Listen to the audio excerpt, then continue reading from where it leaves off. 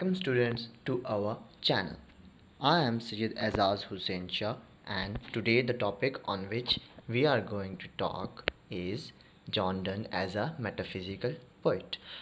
आज जो है हम एक नया सेगमेंट इंट्रोड्यूस करवाने जा रहे हैं जिसमें हम लिटरेचर से रिलेटेड जो डिफरेंट राइटर्स हैं और जो उनके डिफरेंट वर्क्स हैं उनको डिस्कस करेंगे, डिफरेंट एजेस को डिस्कस करेंगे, डिफरेंट एरास को डिस्कस करेंगे।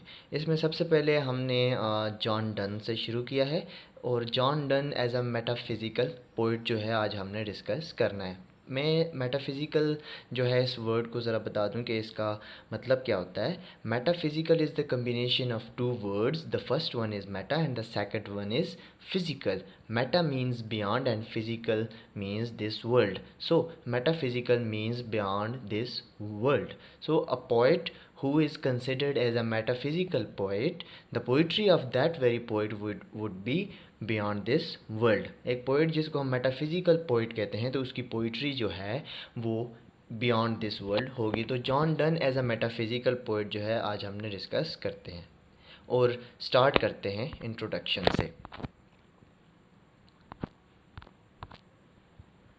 इंट्रोडक्शन में कहता है John Donne is considered one of the most prominent of the metaphysical poets of 17th century in England. कि इंग्लैंड में जो 17th सेंचुरी के जो मेटाफिजिकल पोइट्स थे उसमें इसको सबसे प्रोमिनेंट कंसिडर किया जाता है। His unique poetic works combine wit, paradox and metaphysical conceits to explore themes of love and death. अब सवाल ये पैदा होता है कि इसको प्रोमिनेंट क्यों कंसिडर किया जाता है।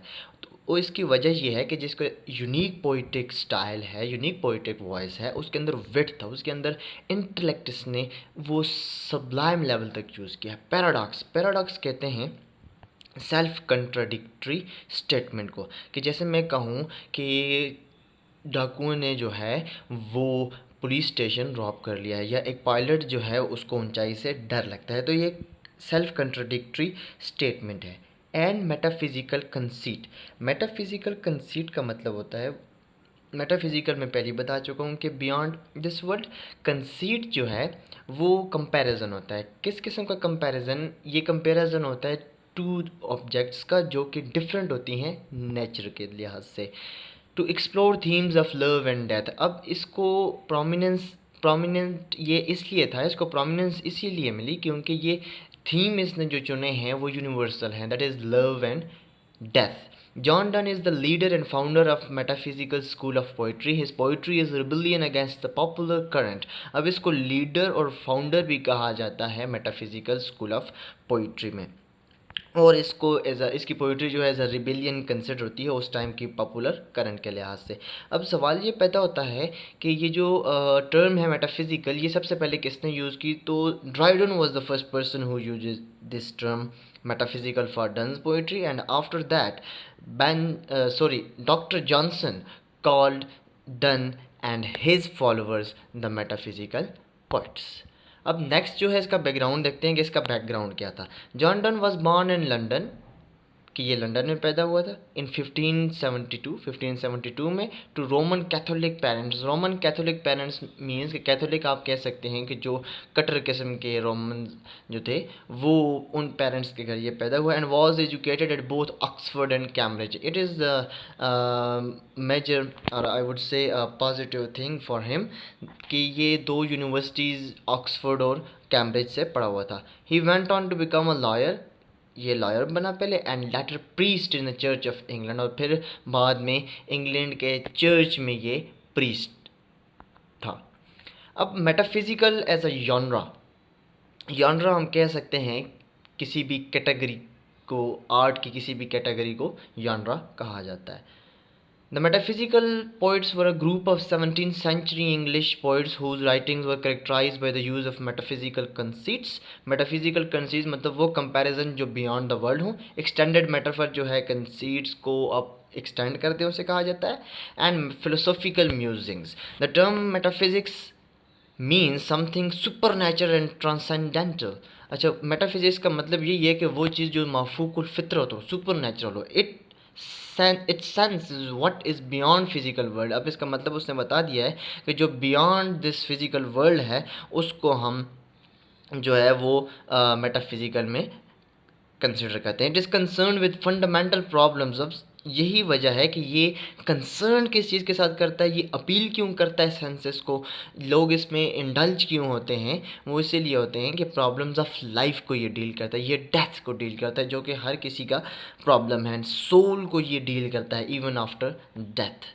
Metaphysical poetry deals with metaphysical subjects. अब जाहिर सी बात है, अगर पोइट्री मेटाफिजिकल है तो उसके अंदर सब्जेक्ट्स जो हैं वो भी मेटाफिजिकल ही होंगे। These subjects are nature of universe. अब इन सब्जेक्ट्स में हम नेचर, यूनिवर्स की नेचर के बारे में बात करता है वो। मूवमेंट ऑफ स्टार्स की मूवमेंट को डिस्कस करता है वो। एंड प्लैनेट्स के बारे में। And the whole relationship of man to God. अब मैन टू गॉड का जो रिलेशनशिप है ये बियॉन्ड द वर्ल्ड है, इसमें मैन का और गॉड का जो ताल्लुक़ है वो इन दोनों को ही पता होता है। अब इसमें लव को वो डिस्कस करता है, वो डेथ को डिस्कस करता है। अब उसकी एक पोम है that is death be not proud, जिसमें वो बड़े एक्सप्लिसिटली इन चीज़ों को डिस्कस करता है। नेक्स्ट है राइटिंग स्टाइल ऑफ डन। अब इसका राइटिंग स्टाइल क्या था, तो वो क्वाइट कन्फाउंडिंग था, बैफलिंग था, कम्प्लेक्स था। Donne writing style is marked by its complexity, wit and paradox. He often uses extended metaphor. Metaphor कहते हैं दो डिसिमिलर ऑब्जेक्ट्स का जब हम कंपैरिजन करते हैं और उसमें लाइक जो है या एज यूज़ नहीं करते, तो जब उस कंपैरिजन को हम बढ़ा चढ़ा के कहेंगे तो that is extended metaphor. And metaphysical conceits which are comparison between two seemingly disparate things. Next is use of metaphors, कि उसने मेटाफर्स कहाँ कहाँ यूज़ किए हैं और कैसे। Donne is known as for his use of powerful extended metaphors. ये अपने पावरफुल एक्सटेंडेड मेटाफर्स की वजह से जाना जाता है। For example in his poem a valediction forbidding mourning, ये एक पोम है जिसमें के में यूजेस मेटाफर के हैं। He compares two lovers to be the points of compass. अब कहता है कि वैलिडिक्शन फॉरबिडिंग मॉर्निंग के अंदर अब दो लवर्स को वो कंपस के दो पॉइंट कंसिडर करता है। As stiff twin compasses are two hearts, कि जो कंपसेस के आगे दो पॉइंट्स होते हैं उनको वो दो हर्ट्स के साथ, दो दिलों के साथ जो है वो कंपेयर करता है। ये एक एक्सटेंडेड मेटाफर जो इसने यूटिलाइज किया हुआ है। Unique poetic style. Donne's poetic voice is unique in its combination of wit, paradox and metaphysical conceits, ये मैं ऑलरेडी बता चुका हूँ। He is known for is clever fascinating use of language. अब इसने जो यूज़ किया है लैंग्वेज का वो क्लेवर है। And exploration of complex theme such like theme of love and theme of death. The way he uses the metaphor is up to the mark है, sublime है, zenithly इसने यूज़ किया हुआ है। It is the use of far-fetched conceits which gives uniqueness and prominence to done. अब done को prominence और uniqueness क्या चीज़ देती है, उसके far-fetched conceits. Use of wit and paradox. Donne uses wit and paradox to explore the complexity of love and death और love की complexity को एक्सप्लोर करने के लिए उसने यूज़ किया है। An example of his use of paradox is found in his poem death be not proud, in which he claims one short sleep past. कहता है कि एक जो उसने पोम लिखी है डेथ बी नॉट प्राउड, उसके अंदर वो प्रोक्लेम करता है कि वन शॉर्ट स्लीप पास्ट, कि एक थोड़ा सा टाइम गुजरेगा, we wake eternally and we will wake up for ever and death shall me no more, और फिर हमें मौत नहीं आएगी। और फिर मौत को वो कहता है death thou shall down and death you will die. तो ये इसने जो है वो पैराडॉक्स यूज़ किया है। Wit is one of the chief characteristics of metaphysical poetry. Metaphysical poetry में विट जो है वो चीफ कैरेक्टरिस्टिक्स है। This important feature can be found everywhere in Donne poetry. It fashions his feelings and thought, passion, sentiment and sensuality are subordinated to wit. His wit is unique in the discovery of comparison analogies. अब analogies और comparison में इसकी जो wit है वो unique है, इसीलिए जो है ये इसको prominence मिला है। It is realistic और straightforward and looks to run side by side with humor and irony. The heterogeneous material is compelled into unity by the rapid association of thoughts.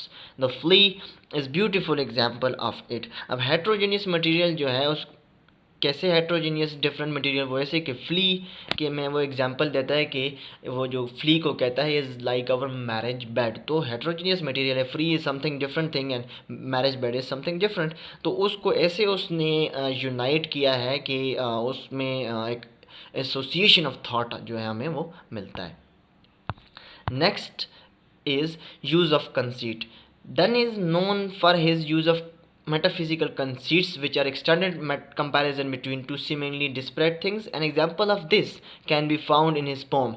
अब जो है metaphysical conceit जो है इसने बहुत ज़्यादा यूज़ किए हुए हैं. अब इसकी एग्जांपल जो है वो फ्ली में मिलती है, in which he compares a flea with a marriage bed, जहाँ पे वो एक फ्ली को फ्ली में आपको बता दूं कि क्या होती है. फ्ली जो है एक पैरासाइट है जो कि ब्लड जो है वो सक करती है, तो फ्ली को मैरिज बेड से कंपेयर करता है. Conceit is an important feature of metaphysical poetry. Donne's poetry is replete with the conceits and he uses as an instrument to reveal wit. अब वो अपनी विट को रिवील करने के लिए एज अ इंस्ट्रूमेंट यूज़ करता है कंसीट को. The conceit is a comparison between two unlike objects और थिंग. तो ये डेफिनेशन आ गई कंसीट की, ये भी आप नशीन कर लें, इनकलकेट कर लें, कंप्रिहेंड कर लें. In short it is a for fest comparison. The imagery use by done is also obscure. अब जो इसने इमेजरी यूज़ की है, मतलब ऐसे वर्ड्स जो कि माइंड में इमेज बनाते हैं, वो भी ऑब्सक्योर हैं. We easily point out some of the conceit is Donne poetry. Donne की पोइट्री में हम इजीली पॉइंट आउट कर सकते हैं कुछ conceit. In his popular poem the flea becomes a marriage bed. Next is exploration of love and death. अब जो उसने थीम जो यूज़ किए हुए हैं वो लव और डेथ के हैं ज़्यादातर. Done explores themes of love and death in many of his poems. In his pome of valediction forbidding morning, he uses a metaphysical conceit to explore the ideas of two lovers being separated yet still connected. अब उसने love और death के जो themes हैं वो बहुत सी pome में use किए, और वैलिडिक्शन फॉरबिडिंग मॉर्निंग के अंदर ये जो है ज़्यादातर आपको मिलेगा. Next is use of religious imagery. Religious imagery the imagery which is religiously related. अब वो यहाँ पे सोल की बात करेगा, डेथ की बात करेगा, तो वो एक्चुअली रिलेट करेगा रिलीजन को. Donne often uses religious imagery in his poems. In death be not proud he uses the image of death as a personified force to explore the idea of souls immortality. अब वहाँ पे वो कहता है, जो पहले मैं बता चुका हूँ कंसीट में, वो कहता है कि जब हम मर जाएंगे तो उस ये जो मरना है एक छोटी सी नींद, और उसके बाद हम वी वेक अप इटर्नली. मतलब वो डूम्स डे की बात करता है, वो day of resurrection, day of retribution की बात करता है, या डे ऑफ जजमेंट की बात करता है, सोल की बात करता है. तो जो इमेजरी जो हमारे जहन में बन रही होती है that is religious imagery. Use of language की अगर हम बात करें, Donne is known as for his complex language and artistic word play. उसके जो वर्ड्स हैं वो आर्टिस्टिकली वो वीवर्ड हैं.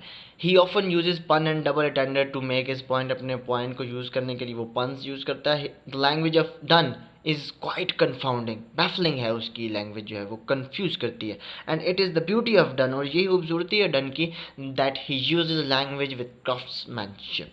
आर्किटेक्टोनिक्स के थ्रू, क्राफ्ट्समैनशिप के थ्रू वो लैंग्वेज को यूज़ करता है वो, और वही अपील करती है सेंसेस को. अब उसके बाद जो है कि इसका इन्फ्लुएंस क्या था बाद में आने वाले पोइट्स में. तो Donne has profound influence on his later poets, particularly romantic poets के ऊपर इसका इन्फ्लुएंस रहा है. He is credited with the idea of exploring complex theme. अब जो उसने थीम यूज़ किए हैं वो कम्प्लेक्स हैं, मेटाफिजिकल हैं, इसीलिए बाद में जो पोइट्स हैं उन्होंने इसको फॉलो किया है. और still can still be felt today in the work of modern poets में भी इसका वर्क जाना जाता है. His exploration of death, his use of paradox and wit.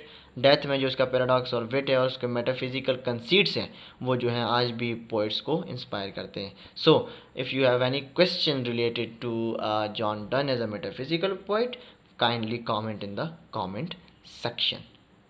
Grateful.